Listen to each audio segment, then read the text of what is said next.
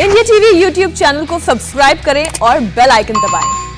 और अब आपको दिल्ली का कोरोना ग्राफ दिखा देते हैं, जहां वायरस का तांडव थमने का नाम नहीं ले रहा है। पिछले 24 घंटे में दिल्ली में 18,000 से ज्यादा नए केसेस सामने आए, लेकिन रिकॉर्ड मौत भी हुई। एक दिन में 448 लोगों की कोरोना की वजह से जान गई। हालांकि ये 18,000 केसेस तब सामने आए हैं जब करीब 61,000 लोगों की ही टेस्टिंग हुई है।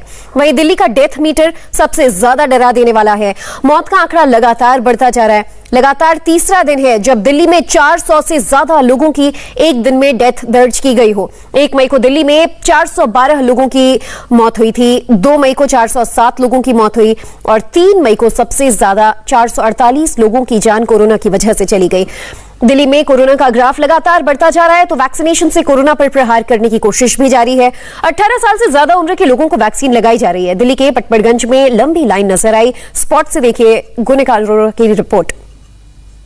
दिल्ली में कोरोना वैक्सीनेशन की थर्ड फेज की प्रक्रिया का आज दूसरा दिन है और दूसरे दिन भी जो तमाम वैक्सीनेशन सेंटर्स हैं उनके बाहर लंबी कतारें देखी जा रही हैं। हम इस वक्त वेस्ट विनोद नगर के राजकीय सर्वोदय कन्या विद्यालय में के बाहर मौजूद है और यहाँ से आपको तस्वीरें दिखा रहे हैं कि इस स्कूल को भी वैक्सीनेशन सेंटर के तौर पर कन्वर्ट किया गया है। और यहाँ पर आपको दिखाया कि जिन लोगों की उम्र 18 से 44 साल के बीच में है उनके लिए वैक्सीनेशन की प्रक्रिया कल से शुरू हो चुकी है।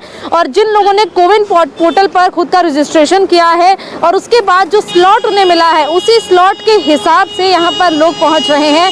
अलग अलग स्लॉट बनाए गए हैं जिसमें 9 से 11, 11 से 1, 1 से 3 और 3 से 5 ये कुल 4 स्लॉट यहाँ पर बनाए गए हैं। और इन स्लॉट्स में ही लोगों का वैक्सीनेशन का प्रोसेस होगा। जो लोग यहाँ पर पहुँच रहे हैं बाकायदा सोशल डिस्टेंसिंग का पालन भी कर रहे हैं, मास्क लगाकर पहुँचे हैं, क्योंकि सरकार की तरफ से जो घोषणा की गई थी कि थर्ड फेज की जो वैक्सीनेशन की प्रक्रिया है उसमें 18 से 44 साल के लोगों को शामिल किया जाएगा।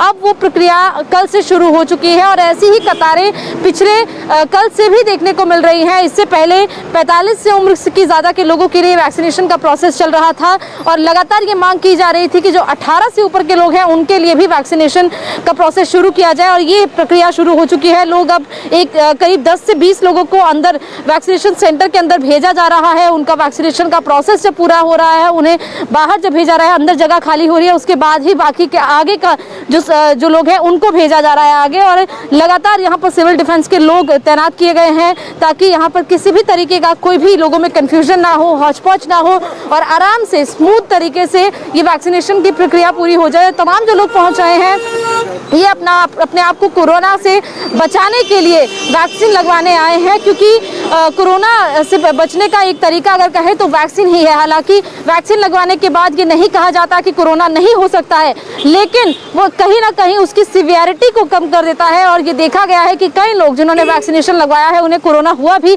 लेकिन उनकी हालत ज़्यादा गंभीर नहीं हुई है। और इसीलिए देश भर के लोग अब बढ़ चढ़कर वैक्सीनेशन की इस प्रक्रिया का हिस्सा बन रहे हैं। और अलग अलग राज्यों से ऐसी तस्वीर है, दिल्ली के भी अलग अलग सेंटर्स पर ऐसी ही तस्वीर देखी जा रही है।